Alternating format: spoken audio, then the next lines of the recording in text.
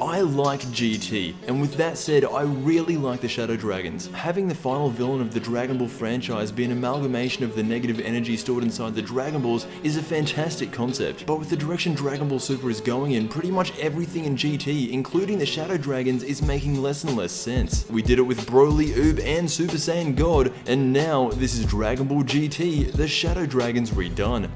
The idea of the Shadow Dragons is that all 7 were once a part of the original dragon. Remember that blue dragon who was smoking a cigar? He has the combined power of all 7 dragons, and as a lot of you know, once Sin Shenron merges with his other counterparts, he becomes near unstoppable, and that is the first thing that I would change. Think about the Earth Dragon Balls. Shenron is so limited with his power. Remember all the way back to the Saiyan arc, he was asked to take out Nappa and Vegeta, but he says that that is far beyond his power. Nappa and Vegeta were so weak that their power was soon to be surpassed by Krillin in the next story arc, and that makes me wonder if someone asked Shenron to take out someone like Krillin, I just assume that would be beyond his power.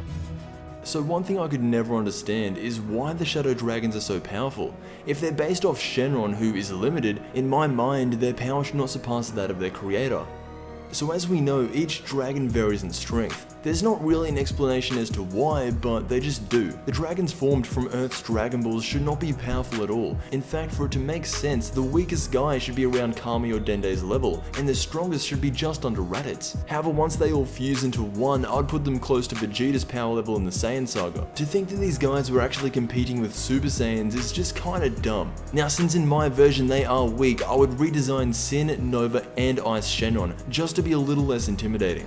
Something else to mention is where would I put this in the timeline, and to be honest, I wouldn't. If I'm making the majority of these guys weaker than Raditz, then I guess the best place to put the storyline would be in the 5-year gap between the transition from Dragon Ball to Z, but even still I wouldn't do that. The concept of the Shadow Dragons shouldn't be introduced that early. It is said that the negative energy grows inside the Dragon Balls over multiple wishes, so it would make more sense for a storyline like this to take place near the end of the series. This is where we introduce the real Shadow Dragons. Anyone who's been keeping up with DB Super would know that we have gotten what is known as Super Dragon Balls. Supposedly these were the original wish-granting orbs spread out between both Universe 6 and 7, and the Dragon Balls on Earth and Namek are just lower class versions, and instead of being limited, these things are said to be limitless. Even if the Super Dragon Balls were created with a good intention, every yin must have its yang, and just like the normal Dragon Balls, they will crack over time. This is where things get tricky. Since the Dragon Balls we're looking at are limitless, technically if we're trying to be consistent with the continuity, these universal Shadow Dragons should be limitless too. But we can't have 7 infinitely powered dragons, so what's going to happen is 7 of them individually will be around the same strength. However, once they come together, they will have the same power as the dragon god Zurama.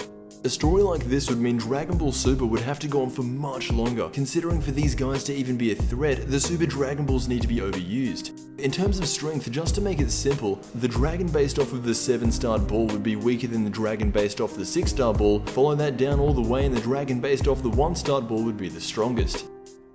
Just like how in GT the Earth was slowly polluting, it will be the entirety of Universe 6 and 7, so quite literally entire multiverses could be destroyed. A massive problem with the Shadow Dragons that we got in GT is that most of them were too easily forgettable. Does anyone know this guy's name? Because a lot of these dragons, with the exception of Sin, Nova and Ice, weren't actual threats, and while that works for the Earth Shadow Dragons, I'm talking about Universal Shadow Dragons. Either way, to sum up what each Shadow Dragon would represent, we have fire, ice, space, energy, time, darkness, and finally the most powerful Shadow Dragon, just like Sin Shenron, won't have a specific element to relate to. Finally, we have to talk about how strong a universal Shadow Dragon will be. Since we don't have any other way of power scaling, remember when Toriyama said that Beerus was a 10, Whis was a 15, I'd put the weakest universal dragon at 25, and the strongest at 30. However, when they all fuse, considering they would be tapping into the power of Zurama, I'd put them at around 100, maybe even more. Anyway, that is how I would redo the Shadow Dragons to make it work with the Dragon Ball Super continuity. Let me know how you would redo the Shadow Dragons, and as always, I will see you in the next DBZ video.